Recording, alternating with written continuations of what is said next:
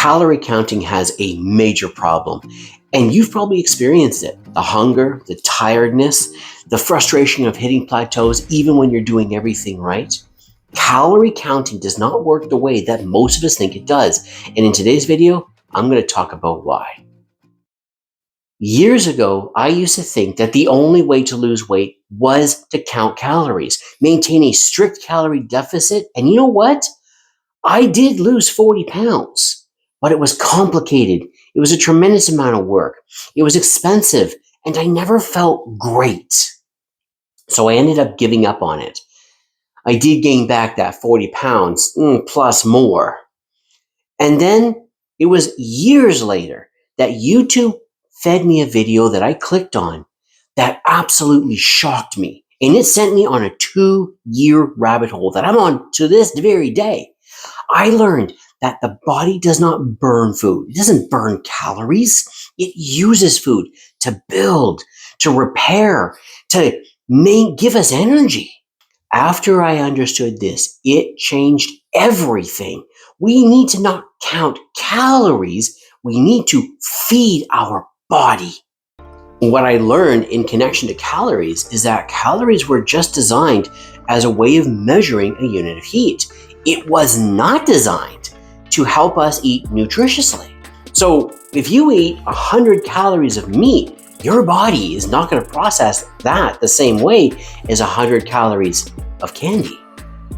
What I was learning about calories is that it came from thermodynamics. The idea came from thermodynamics, not from nutrition. And there was a couple of gentlemen involved in the creation of the idea that we now have. The first was Nicholas Clement, and he was the first one to use calorie as a way of measuring a unit of heat. This was in the early 1800s. Then years later, another gentleman came along, and his name was Wilbur Olin Atwater, and he applied the idea of calorie to food.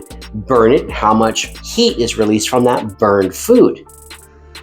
The problem with that, though, is that does not identify how our body would metabolize a certain type of food. It only just talks about how much heat is released when you burn it. The wonderful thing about food is that it's a building material. Yeah, build our muscles, build our bones.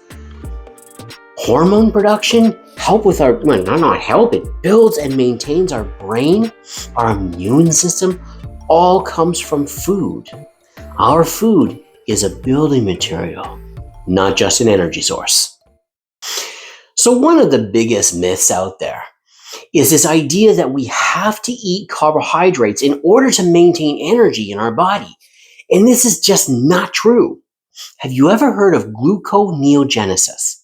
This is where the liver takes protein and fat and turns that into glucose. And that tiny little bit of carbohydrate that our body needs, our body produces. So when it comes to our diet, we need to focus more on protein and fat, and our body will become fat adapted. And then it moves into ketosis far more often. And it seems that the body likes that state. You end up with a really steady, strong source of energy instead of the constant spikes and crashes that come with a carbohydrate-based diet. Have you ever struggled with calorie counting? I'm really curious. Please leave a comment below and share your experience. Now that we've broken down why calorie counting is flawed, in the next video, we're going to talk about the quality of food and how that's far more important than any calories. If you have ever wondered why someone can just eat a whole bunch of steak and actually lose fat, don't miss it. And until the next video, thank you for watching. I hope you have an amazing day. Bye for now.